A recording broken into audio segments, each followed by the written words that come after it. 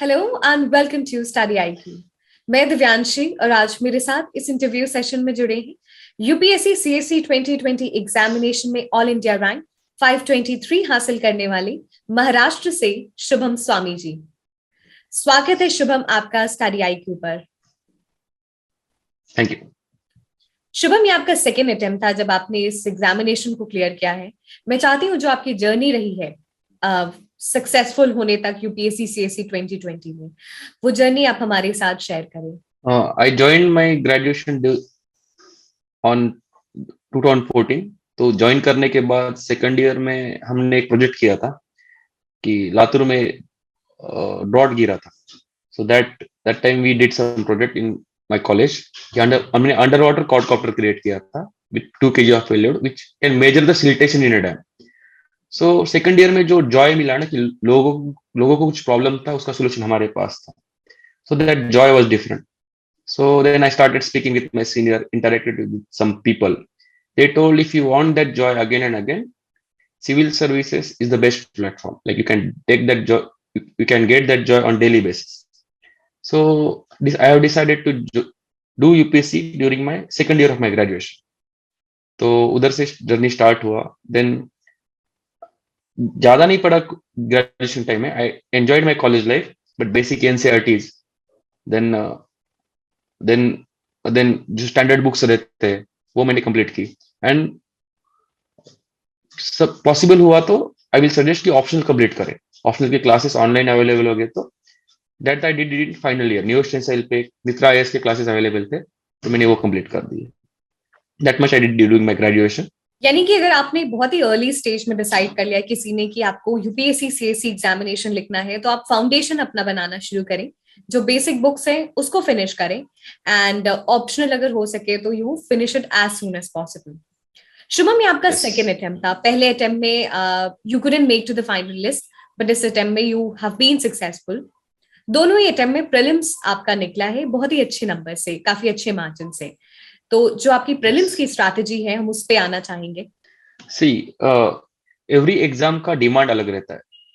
Like for example our MPSC and UPSC state PSC and UPSC have same syllabus but demand of exam is different. Like for MPSC I give that example always, Dandi यात्रा जो गांधी जी ने start की थी। MPC में question बहुत factual आएंगे, कितने kilometre थी, साथ में कौन था। बट यूपीएससी में they will ask by lifting just salt what Gandhi ji signified and उसका 20 years पे क्या impact गिरा। So your understanding syllabus is the same, but UPSC required conceptual understanding. So मैंने क्या किया, first demand of the exam देखा। तो उसमें क्या है कि दो दो सेक्शंस रहते हैं, first is static and then current affair. तो my strategy is little bit different than other candidates. It might not suit many but it works for me. So मैंने क्या किया कि करंट अफेयर में पीपल सजेस्ट की newspaper पढ़ो, 3-4 newspaper, योजना कुरुक्षेत्र पढ़ो, मंथली पढ़ो, पीटी पढ़ो। But I agree 30 to 35 questions current affair से आते हैं, but current affair is like everything under the sun जो हो रहा है उस साल में, कहा कुछ भी पूछ सकते हैं। So cost benefit was very less. Then मैंने क्या किया कि जो स्टैटिक है, स्टैटिक में नियरली एवरी ईयर 65 क्वेश्चंस आते हैं, 65 नियरली 65 to 70। सो मैंने सोचा कि जो हाथ में के मार्क है वो पहले कंफर्म कर लेते हैं। So for example Laxmikanth, if you take the book, polity से नियरली 16-17 क्वेश्चन एवरी ईयर आते हैं और nearly all questions come from Lakshmikant book. So from second year of my college, I read that book more than 15-20 times. So there my strike rate is 100%. So static इतना strong कर लिया मैंने कि like during my first attempt I solved nearly 100 papers. तो उधर में round मार के चलता था, like फर्स्ट राउंड में श्योर करने का। That time I understood कि 65 क्वेश्चन स्टैटिक से आ रहे, उधर मेरा strike rate is always between 45 to 50। तो already I am roaming in that zone 90 to 110 zone. तो I can afford to neglect current affair little bit because static बहुत strong था। तो एंड में क्या करता था मैं, पीटी जो आता है विजन आईएएस का, वो रिवाइज किया फर्स्ट अटेम्प्ट में। I scored around 105 mark during my first attempt. But इस benefit of doing static is that कि every static is always static, it will not change. So suppose history इस साल अच्छा कर लिया तो नेक्स्ट अटेम्प्ट में when I am preparing for prelims तो बेस पहले से बना हुआ है। फॉर एग्जाम्पल किसी ने करंट अफेयर करना स्टार्ट किया, सपोज किसका करंट अफेयर स्ट्रांग है, उसने मार्केट में के सभी न्यूज़पेपर पढ़ लिए, सभी मैगजीन्स पढ़ लिए, he got 30 out of 30 marks during that attempt. But next year again he have to start from zero. You understanding, like again he have to start from zero. But static का benefit क्या है कि next attempt में revision पहले से हो चुका है. Like during this attempt I did एक मंथ में पूरा स्टैटिक रिवाइज हो गया, तो एक मंथ करंट अफेयर के लिए बचा था करने के लिए. तो पिछले अटेम्प्ट में मैंने एक पीटी पढ़ा था, इस अटेम्प्ट में मैंने 3 पीटी पढ़े. Like next IAS parliament and then डीजीकेट आईएएस का एक बुकलेट था, वो तीनों पीटी पढ़ लिए. तो this time score increase to 115. So my point is, and मेरा लॉजिक क्या है कि यूपीएससी इज मैराथन. तो प्रीलिम्स है कि just you have to qualify means you have to come in 8 to 10,000 candidates. तो उधर जितना कम एनर्जी वेस्ट होगा, उतना एनर्जी मेंस एंड इंटरव्यू के लिए बचेगा. That is the sprint and that's what going to make a difference. तो for me, मेरा इतना कॉन्फिडेंस है प्रीलिम्स के बारे में कि if I get 2 months, nice 2 months of luxury time, then I can clear prelims easily. So उससे क्या होता है कि प्रीलिम्स में 2 महीने दे रहा हो, तो बाकी के time I can prepare for mains and interview. और वही वैल्यू करता है यूपीएससी में. For example, now I came again to Delhi to prepare. तो what is my plan till March, 2 months पहले प्रीलिम्स तक आई विल प्रिपेयर मेंस. मेरा mains weak है, तो वो करूंगा. 2 महीने में प्रीलिम्स निकलेगा. सपोज प्रीलिम्स का डाउट रहता निकलने का, तो what I will do, I will start from January only. So you are understanding. See, time is a currency for UPSC candidate. And जितना तुम कम खर्च करोगे प्रीलिम्स के क्रॉस करने में, तुम्हारी स्ट्रैटेजी वर्क कर रही होगी, तो उतना ज्यादा एनर्जी एंड टाइम बचेगा मेंस में देने के लिए और इंटरव्यू में फोकस करने के लिए. So it works for me. And I will suggest one more thing, don't make notes for prelims. Like personally, I did not read any notes. For example, because मेरी strategy में क्या है कि static strong करना है ना, so you should not leave anything. I start from one end to another end, entire book. Like for example, Laxmikant के कोई notes बना रहे हैं, तो it's foolishness because that itself for notes. उस like इतना book रहता है, तो suppose notes में क्या रहता है कि suppose 10 words you are 10 words book में है, तो notes में 2-3 words आते हैं. Like you are making shortening ना. तो लक्ष्मीकांत से किसी भी पोर्शन से किसी चैप्टर से बुक क्वेश्चन आ सकता है फॉर एग्जांपल. तो उसमें तुम सपोज ऑलरेडी नोट्स में 7 वर्ड्स नहीं आ रहे, उसमें से क्वेश्चन आ गया तो क्या करेंगे. माय स्ट्रेटेजी इज, लक्ष्मीकांत से क्वेश्चन आ गया तो उधर strike rate should be 95 to 100%. So मैं क्या करता हूँ प्रीलिम्स के लिए, I take one standard book. For example, modern history के लिए स्पेक्ट्रम पढ़ लिया. एंड इकोनॉमिक्स के लिए I prefer Shri Ram IAS का जो आता है बुक, वो प्रेफर करता हूँ मैं. You can prefer Mrinal also, doesn't matter which book you are preferring, but choose the book which will cover nearly everything static part. Like for example, art and culture के लिए you can go for Nitin Singhania. At least it will cover the static part very well. So I will choose one standard book. I will start from first page to last page, because static strong करना है तो कुछ छोड़ना नहीं है. मेरे strategy में like लोग क्या करते हैं, नोट्स बनाते हैं प्रीलिम्स के लिए. जो और 5 ही सब्जेक्ट करने हैं ना, 5 ही सब्जेक्ट करने हैं, तो पूरा करो उस सब्जेक्ट को. बिकॉज दैट्स व्हाट बेनिफिट क्या होता है उसका, कि तुम्हारा वो 5 सब्जेक्ट बड़े सब्जेक्ट है ना, when you go for mains, तो तुमको पढ़ने की जरूरत नहीं वो सब्जेक्ट्स. तो बाकी जो छोटे सब्जेक्ट है, सिक्योरिटी, डिजास्टर मैनेजमेंट, इथिक्स जो मैटर करता है, तो उसके लिए तुमको ज्यादा टाइम मिलेगा. तो that's my. And one more thing is, like for example, I told you I came on 10th May here. Then I met one भैया.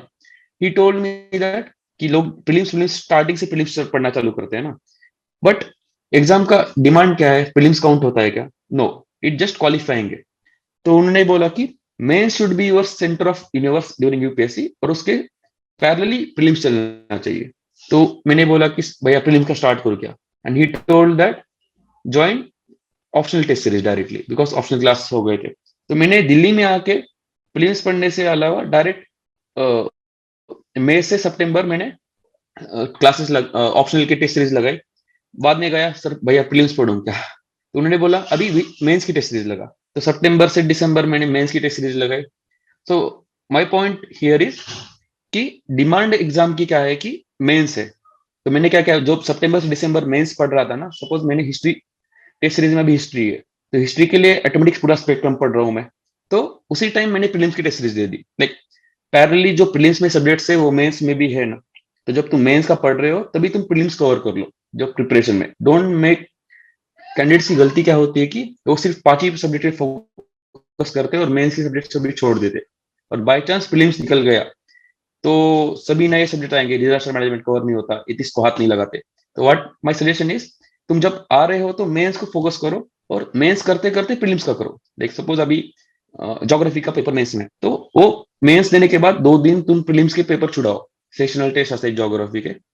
तो उसमें क्या होगा कि इनडायरेक्टली योर मेंस भी स्ट्रांग हो रहा है, और डायरेक्टली तुम्हारा प्रीलिम्स भी स्ट्रांग हो रहा है, तो तुम्हारे प्रीलिम्स पे ज्यादा ये नहीं गिरेगा। Like I started during my first attempt my preparation on January, but indirectly वो हो चुका था, 2-3 बार मेंस पढ़ने के टाइम में वो रिवाइज हो चुका था प्रीलिम्स का।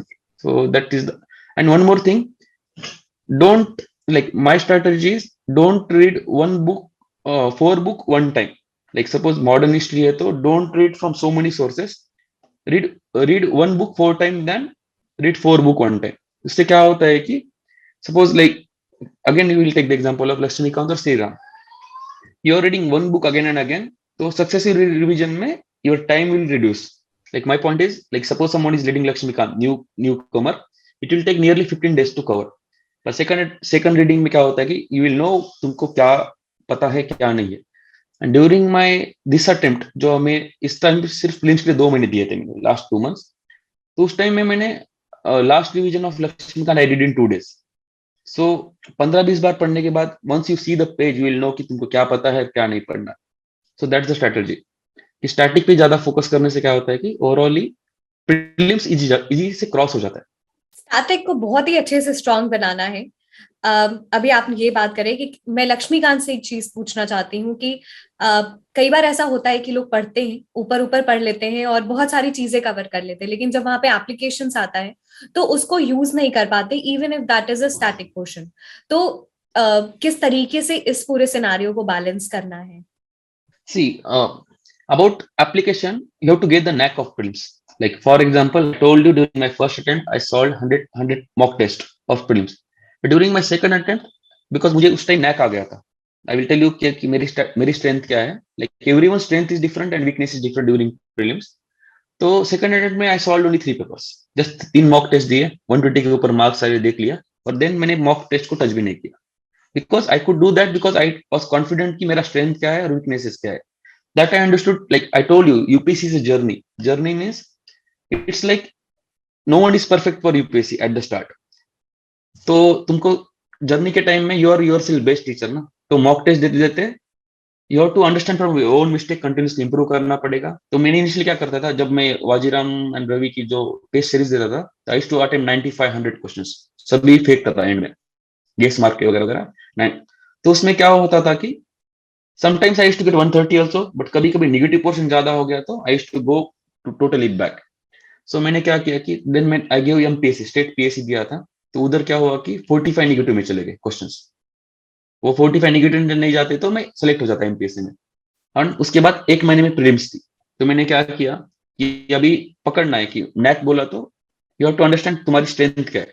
तो मैंने क्या किया कि राउंड में छुड़ाना चालू किया, फर्स्ट राउंड में सिर्फ sure छुड़ाना। So that time I understood कि in first round I am going to the range of 60-65 questions sure में, and second round में like you can eliminate confusion रहता है ना, 2 ऑप्शन में कौन सा बराबर है, वो सेकंड राउंड में करने का। And the last round is like total guess work, like some name है तो सदर्न इंडिया से लग रहा है तो हो सकता है।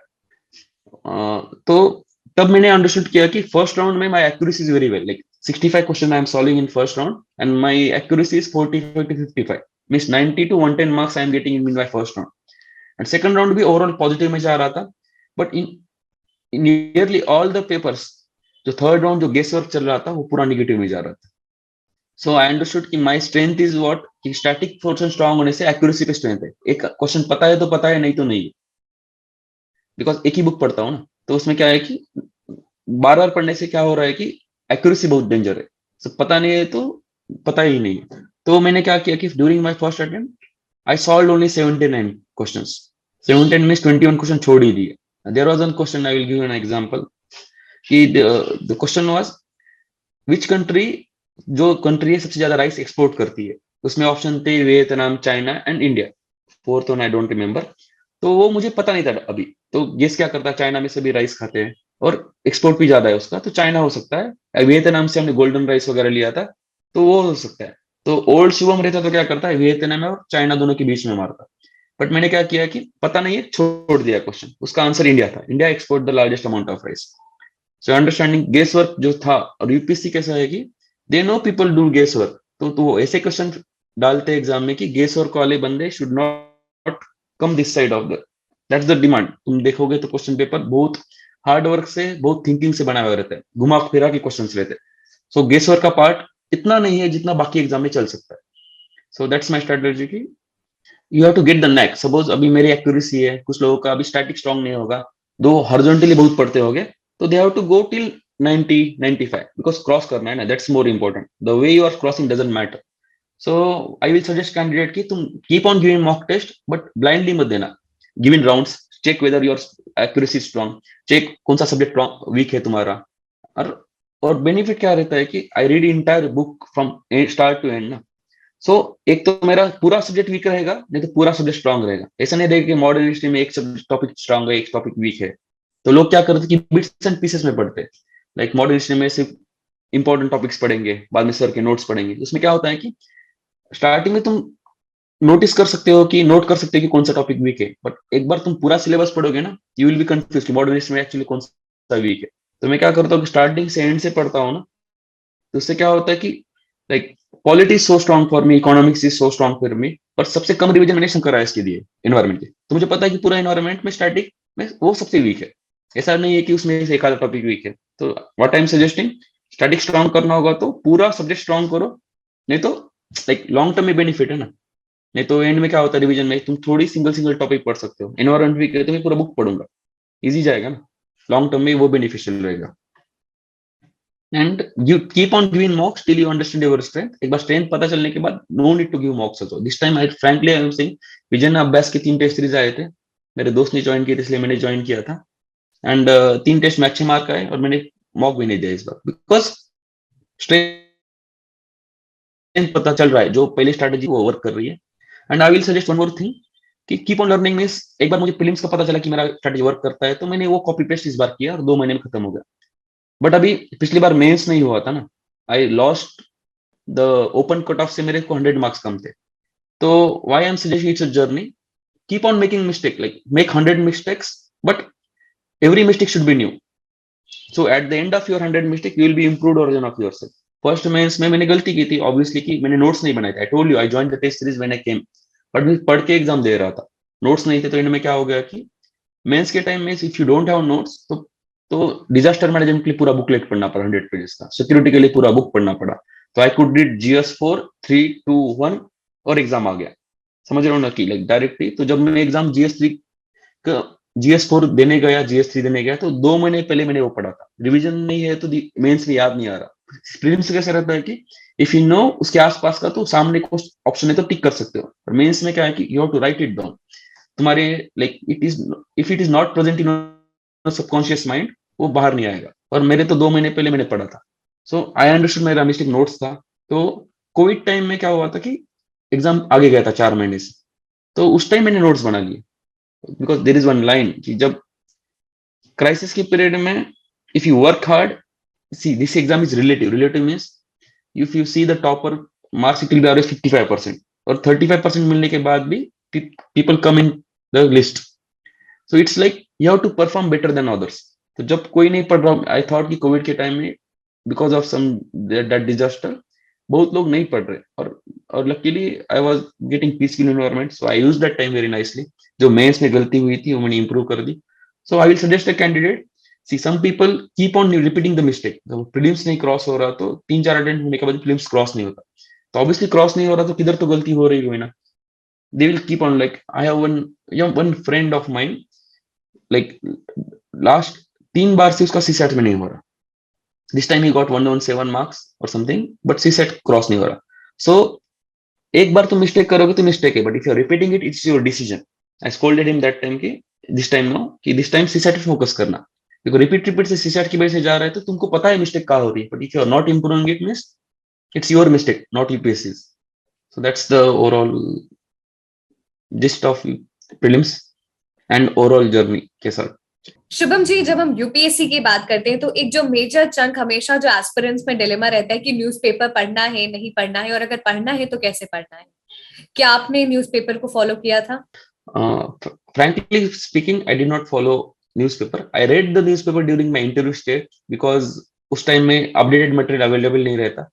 But for mains and prelims, I did not read any newspapers. See, कैसे the कैसे रहता है कि my logic is I am little bit lazy. Frankly speaking, तो lazy हूँ. तो क्या है कि न्यूज़पेपर पढ़ने से क्या होता था कि लाइक इनिशियली मैं लोगों को देखता था कि 2 घंटे जा रहे, 3 घंटे जा रहे. पूरा न्यूज़पेपर में क्या है कि fresher if someone is coming to read the newspaper, उसको पता नहीं कि क्या पढ़ना है और क्या नहीं पढ़ना है. और लोग बोलते हैं कि क्या पढ़ना है बताओ, पर यूपीएससी में क्या पढ़ने से अच्छा क्या नहीं पढ़ना है वो इंपॉर्टेंट है. Like the some news is useless, वो भी पढ़ लेते हैं उसमें. तो someone is doing legwork for you, someone is compiling data for you. Monthly आ रहा है ना न्यूज़पेपर का, उसमें और all experience people are making that monthly, so already वो पूरा छोड़ के, जो जरूरी नहीं है वो छोड़ के मंथली दे रहे, तो you read the monthly if you want. But newspaper से क्या होता है कि see my strategy is multiple revisions ना. एक बार न्यूज़पेपर पढ़ लिया तो उसको वापस पढ़ पाऊंगा क्या मैं? एक बार पढ़ूंगा तो ये याद भी नहीं रहेगा. If I read the entire newspaper, eight the and if you ask me after 1 month कि उसमें क्या था, मुझे पता नहीं. बट पूरा 1 मंथ के न्यूज़पेपर का मैंने, if I read the monthly magazine, तो 2-3 बार पढ़ लिया. मैंने पढ़ सकता हूँ ना, एक मंथ में न्यूज़पेपर पढ़ने 2-2 घंटे जा रहे हैं, तो इफ यू रीड मंथली तो 2-3 बार रिवीजन हो जाएगा. सो समवन आस्क कि पूरे मंथ में क्या हुआ है, I know. So that's my strategy कि if someone is putting leg work for you, use that. UPSC ये डोंकी वर्क नहीं है कि तुम मल्टीपल टाइम्स न्यूज़पेपर पढ़ रहे हो. लाइक आने के मैं कॉलेज में क्या किया था कि हिंदू लगाया था मैंने, कॉलेज में पढ़ा था न्यूज़पेपर, तो नोट्स बनाने का ट्राई किया. 2 महीने में इतना बड़ा नोट्स बन गया. तो वो ही पढ़ना नहीं हो रहा है, तो like because everything what I was reading I was writing, because मुझे लग रहा था कि ये इंपॉर्टेंट है, ये भी इंपॉर्टेंट है, ये भी इंपॉर्टेंट है. बट जरूरी नहीं था ना. Like suppose vision IAS monthly बना रहे, डिजिकेट आईएएस के इस बार मैंने यूज किया था, वो बहुत अच्छा मंथली था. तो already those people went through that journey, तो उनको ऑटोमेटिकली आई टोल्ड यू ना नैक आ जाता है कि क्या पढ़ना है और क्या नहीं पढ़ना है. So already they are doing the work for you, तो make use of that. Don't put your extra effort and तुम नोट्स मत बनाओ, तुमको पता कुछ नहीं है यूपीएससी में क्या चाहिए क्या नहीं चाहिए, तो why you are putting the efforts. Simply use the material provided by classes. Monthly आ जाता है, उसमें से कुछ नियरली कवर हो जाता है. और and see I told you कि ये भी बताना जरूरी है कि I am not that much dependent on current affair in prelims. So it might be okay for me to use that strategy. But suppose किसका current affair ही strong strength है, he can't afford my strategy because उधर उसको 35 में से at least 25 questions बराबर करने हैं. मेरा कैसा है कि 45 to 55 means already I M, because of static I am in zone of 90 to 110 cut off के पास हूँ. और 35 में से पीटी की वजह से मुझे 10-15 क्वेश्चन भी बराबर आ गए, तो I am in coming in this side of that zone. So that's why I can afford this strategy. I can neglect the newspaper reading because static strong है. अंडरस्टैंडिंग ये भी बताना जरूरी है कि लोग क्या करेंगे, स्टैटिक भी स्ट्रांग नहीं करेंगे, न्यूज़पेपर पढ़ना भी छोड़ देंगे, तो इट इज डिजास्टर. एक तो तुम स्टैटिक स्ट्रांग करो, नहीं तो focus on newspaper so much and योजना कुर्सी सभी मैगजीन पढ़ के करंट अफेयर स्ट्रांग करो. इट्स योर चॉइस कि क्या करना है. ये तो बात हमने प्रीलिम्स की कर ली. अगर आपने करंट अफेयर्स, आपने जैसे बताया कि you were not very much dependent on current affairs, लेकिन फिर भी कितने टाइम पहले का करंट अफेयर्स मैगजीन उन्हें पढ़ने चाहिए एस्पिरेंट्स को? 1 year before the exam. Suppose prelims आ रहा है अभी, this time prelims is in June, so I will prefer the current affair PT from June. And see, I told you it's a journey. Means when I went home, I met Jain sir. He's a additional SP undergoing training. So उनसे बात करने से एक पता चला कि I used to read PT and then monthly 365. So उनसे उनसे बात, तो 2 sources I am reading for current affair. तो उनसे बात करने से क्या पता चला कि he told instead of reading to read monthly this. Monthly में क्या होता है कि करंट अफेयर भी कवर होता है प्रीलिम्स की पॉइंट ऑफ व्यू, और मेंस भी कवर होता है. So what I told you कि keep learning. When I met him, तो अभी इस बार क्या कर रहा हूँ, मैं मंथली पढ़ूंगा इंस्टेड ऑफ रीडिंग पीटी. कि मंथली पढ़ने से क्या होगा कि पीटी भी एंड में जब आएगा it will not directly impact me. कैसा होता है कि मैं न्यूज़पेपर नहीं पढ़ता, कुछ भी नहीं पढ़ता, तो पीटी जब पढ़ने जाता था तो पूरा रॉ डाटा है उधर, रॉ है, तो डायरेक्ट उसको ग्रास करने में टाइम लगता था। अभी क्या करूंगा, मंथली पढ़ूंगा तो एंड में पीटी जब पढ़ूंगा जाके, तो उधर क्या होगा कि पहले से मंथली में पीटी कवर हो जाता है ना, तो उधर इजी जाएगा। सो अभी भी सेलेक्ट होके भी I am keep on learning. जो उनसे बात करने से पता चला कि एक मंथली पढ़ूंगा तो दोनों स्ट्रांग हो रहे हैं, मेंस भी स्ट्रांग हो रहा है और पीटी भी स्ट्रांग हो रहा है। तो that's the benefit. Like 1 year तक करना चाहिए frankly speaking, but you can't guess UPSC. Like for last 2-3 years they kept on asking, 2-2 साल पहले जो हुआ है वो भी पूछ रहे। So that's what I am saying, current affair is everything under the sun, जो हो रहा है वो पूछ सकते हैं। I told you current affair is everything under the sun. What is happening during that year or day of, or now in 2-3 years, they can ask. So cost benefit is very less. You have to put so much effort to get that 30 questions. So इससे अच्छा है कि 17 question आ रहे हैं लक्ष्मीकांत से, like half of the current affair जिनको gain करे तुमको एक बुक पढ़ने से आ रहे। सो एफर्ट कम से ज्यादा आउटपुट मिल रहा है ना। एंड यूपीएससी में कैसे रहता है कि सिंपल क्वेश्चन सॉल्व करने से भी you will get 2 marks and difficult question solve करने से भी यू विल गेट 2 marks। ऐसा नहीं कि तुम डिफिकल्ट सॉल्व करोगे तो तुमको 3 marks देंगे। तो जो तुम्हारे हाथ में है ना वो पहले श्योर करो और then you can move to difficult things. See first attempt में मैंने एक ही पीटी पढ़ा था, पर अभी हाथ में के मार्क कंफर्म होने के बाद मैंने क्या किया, करंट अफेयर स्कोप बढ़ा के 3 इंस्टीट्यूट के पीटी पढ़ लिए। आई टोल्ड यू ना कि शुभम जी, हमने काफी डिटेल में चर्चा की प्रीलिम्स की, और आपकी बहुत यूनिक स्ट्रैटेजी, और मुझे लगता है बहुत सारे लोगों को समझ में भी आएगा इंपॉर्टेंस ऑफ स्टैटिक। अब हम इंटरव्यू की बात करते हैं, इंटरव्यू को कैसे टैकल करना है, अपने आप को कैसे प्रेजेंट करना है, because you secured really very well 201 marks in your interview. see, interview is all about how you interact with someone, and it's not your knowledge test. See, I told you again, see the demand of every stage. You are going for interview means already you have knowledge base, means में तुमने prove करके आया। Like some like Latur SP investor told me, out of question you can say I don't know to 96 questions, doesn't matter, but the way you are saying it, you are confident, you are scared, that matters. And what I observed during my mock interviews, be straightforward. Like in Drishti IAS, they told me you are straight like arrow, and by hearing your answer, sometimes we feel scared कि कोई इतना straightforward कैसे हो सकता है। Like there was one question कि वसुधैव कुटुंबकम and nationalism compatible है क्या? Nationalism is so famous in India, na? So I told them directly कि they are not. In nationalism, what we see, take a stand and explain it very properly. I told them in nationalism, we equate government with the nation, and whatever government is doing, we will support it because we are equating with nation. Like extreme form of nationalism supported Hitler killing Jews. So that's not Vasudhaiva Kutumbakam, na? Like every whole world is my family. So they asked me the question Vasudhaiva Kutumbakam and nationalism is compatible with each other.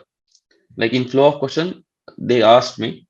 Then I replied, they are not, in one line. They asked me why.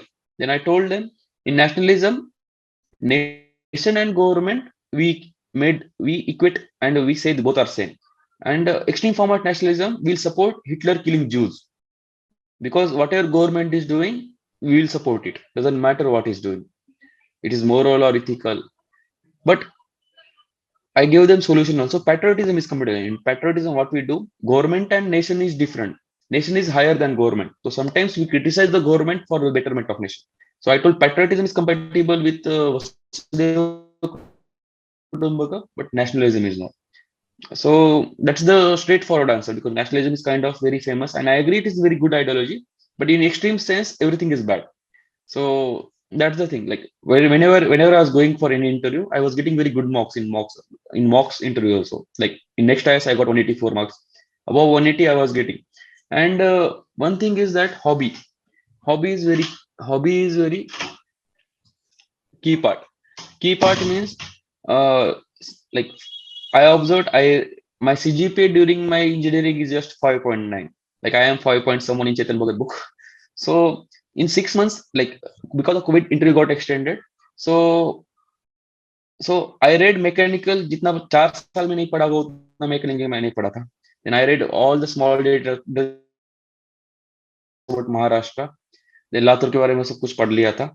But मेरा interview में 6 महीने भी नहीं पढ़ता ना तो same ही जाता. because my hobby was reading books having deep mythology. In Marathi, Mrityunjay.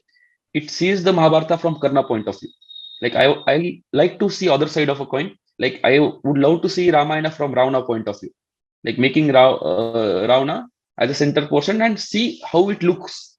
Whether like and when that hobby was like that, when that mock was revolving around hobby, I used to go above 190. So like and someone suggested me the suppose my strength is mechanical engineering, my strength was hobby, like whatever how much depth they can go I can answer any questions in mythology.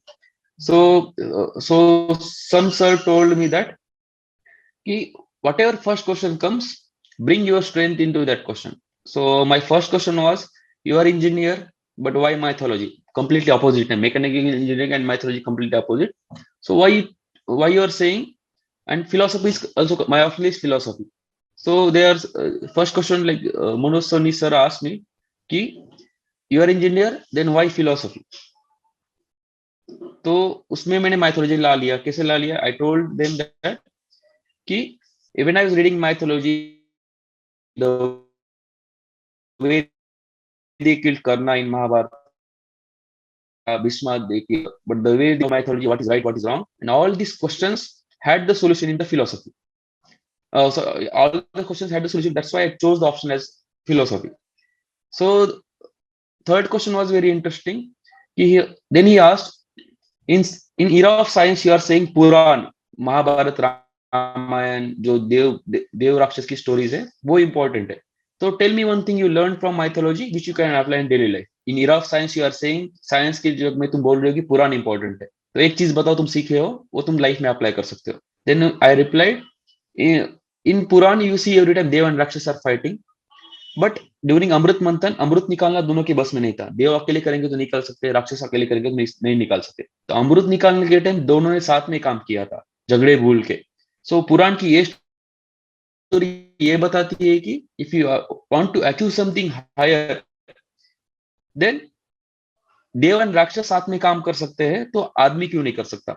So from this story we can take that कि साथ में काम करने से the things which you can collective which you can't apply in by fighting, and this philosophy you can apply in your personal life during interstate quarrel for water, or in India Pakistan relation, or anywhere you can apply. Just sit and discuss. And मैंने वो भी बोला कि see in India is Gandhi told India lives in villages, and this is true now also. If you go and explain some villagers the modern concept of humanism, Western concept directly, they will not listen because they don't trust it. But if you explain the same story by taking the basis of Purana or our older stories, they will believe it. Like for example, when Raja Ram Mohan Rai fought Sati, so उन्होंने direct humanism पे नहीं है, ये बराबर नहीं है, तो बोलते तो सुनते क्या लोग. What he did, he went to Vedas to prove his point कि वेदा में लिखा है कि ये बराबर नहीं, एंड पीपल ट्रस्टेड. एंड अभी sati is not prevalent, everyone knows it is bad. So to convenience like see, जब तक गांव चेंज नहीं होंगे तब तक इंडिया नहीं आगे, because majority lives there. So उनमें उन्होंने बिहेवियर चेंज लाना होगा. तो you have to take the information from the source they trust the Mahabharata, Ramayana, they trust the old Puranas. If you are taking the inspiration from that and saying the same message, they'll trust. Like suit good में जाके directly और saying humanism में दिखाया कि ये बराबर नहीं है, ये राइट नहीं है. So that, so can make the policy way that जो परसिस्टेंट कर नहीं पाएंगे. So Manoj Soni sir was sitting like this and he came like this, he told very good. That was just like your understanding. The hobby पे पूरा interview घुमा मेरा. Like there was no question on mechanical engineering, no question on Maharashtra, like just ethics, philosophy, and उसके surrounding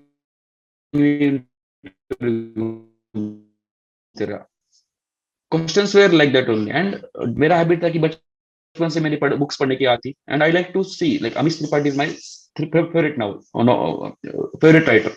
So he does the same. He sees the story from different angle. So उसमें था कि hello, उसमें था कि like third member asked me कि राम जब वनवास गए थे तो प्रजा बोल रही थी मत जाओ, उसके पापा बोल रहे थी, पिताश्री बोल रहे थे कि मत जाओ, लक्ष्मण बोल रहा था मत जाओ. Then when he went to वनवास 14 years people suffered, so that decision was right or wrong? Then I replied to them, in Satyuga world was like contract, प्राण जाए पर वचन ना जाए. And suppose राम राम ने सत्ता काबिज की होती, then he would have been very good king because उनका नेचर अच्छा था. बट वो श्री राम नहीं रहते, because journey from Ram to Sri Ram started from the point when he decided to leave the kingdom for just words, father's words, and that's why Ramayana happened. And I always believe we should leave better word for our future generation than what we got, and that was the purpose of Avatar. We don't remember any other king in that era, but we remember Sri Ram, and that's why he's inspiration for us. So see, from these two questions you can understand they were trying to check my depth in my hobby. Engineer है फिर भी ये बोल रहा है कि mythology इसको important. So that I will suggest, suppose if you are going for interview, जो तुम उसमें डेप्थ रहेगा ना, सपोज बाय चांस उसका इंटरव्यू घूम गया, then you will come out of come there come उधर से तुम बहुत अच्छे मार्क लेके आओगे. तो hobby is the key thing. And be frank, it's like discussion. जब अभी मॉक्स देता था ना, कुछ कुछ मॉक्स अच्छे नहीं रहते थे, like they used to take as question answer, they used to ask so many factual things. Like my hobbies, और एक मॉक में पूछा था मुझे कि मेरा नाम लव है तो माइथोलॉजी में मेरे साथ कौन अटैच होता है. सो मच फैक्चुअल, मेरे हॉबी वही नहीं थी ना. So don't take mocks as literally, but be frank, it is a discussion. Actual interview will be easier than mocks, because mocks में पता नहीं रहता उनको कैसे रहते हैं, but actual interview will be like discussion. उनको जानना है कि तुम कैसे हो, whether you are suitable for administration. And from मेरी हॉबी को उनको क्या पता चला कि I don't take anything on face value. Means directly कोई आके बताया कि सर ऐसा ऐसा है, तो मैं डायरेक्ट ट्रस्ट नहीं करूंगा. मेरा क्या है कि I like to see other side, and वही एडमिशन में चाहिए.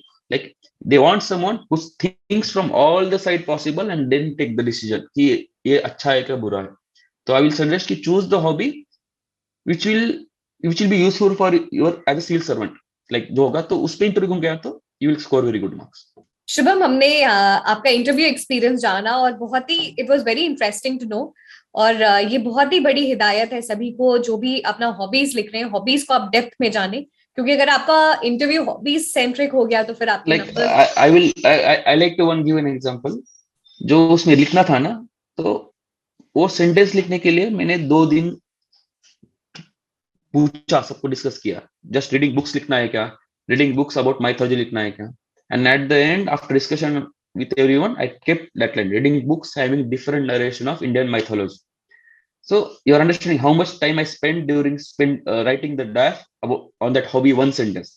Because if reading books पूछता तो they will ask from anywhere. And उधर पता है, पर जो strength वो है ना, एक लाइन में they understood कि मुझे क्या पसंद है क्या नहीं है, तो confusion नहीं था उनके दिमाग में, and they kept on going in depth and I answered everything. And one more thing is that keep a laughing face. And वो डिफिकल्ट है, पर मैंने लास्ट क्वेश्चन पे उनको हंसा के आया. That was the thing. Like जितना रिलैक्स बोल के तुम बात करोगे ना, like go inside as a your IAS, तो प्रेशर नहीं आएगा. Like when you go inside there are so many prestigious nice people sitting there, so pressure आ सकता है.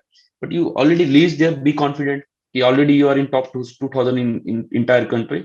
सो go inside as a civil servant, and जैसे तुम तुम्हारे दोस्त के साथ रिस्पेक्टफुली बात करते हो, वैसे जाके डिस्कशन करना. Be humble, and that is a key thing I will suggest कि जितना तुम हम्बल होके बात करो, humble but confident. Over confident जो आओगे तो हम्बलनेस नहीं आएगा. कॉन्फिडेंट रहो उस पे, बट बी हम्बल. मीन्स एक मैम ने क्वेश्चन पूछा नहीं आया, I told sorry ma'am I did not know. Like बहुत तुम बैलेंस करोगे तो इंटरव्यू में अच्छे मार्क आ सकते हैं. शुभम, मैं ये फिर से कहूंगी कि it was very interesting to know about your interview experience, और बहुत सारे लोगों को समझ में आया होगा कि कैसे कितने केयरफुली अपना ड्राफ्ट भरना है और जो भी चीजें आप लिख रहे हैं उसको कैसे प्रिपेयर करना है. Thank you so much Shubham ji for joining us in this interview session. It was absolute pleasure to know about your journey. और किस तरीके से एक अलग नजरिया आपने प्रीलिम्स को टैकल करने का दिया है बहुत सारे एस्पिरेंट्स को, एंड स्पेसिफिकली जो इंटरव्यू में आपको कैसे तैयारी करनी है, कितने डेप्थ तक पढ़ना है, अपने इंटरेस्ट एरियाज को, उसको भी आपने समझाया. Thank you very much, and the entire team wishes you good health and good luck.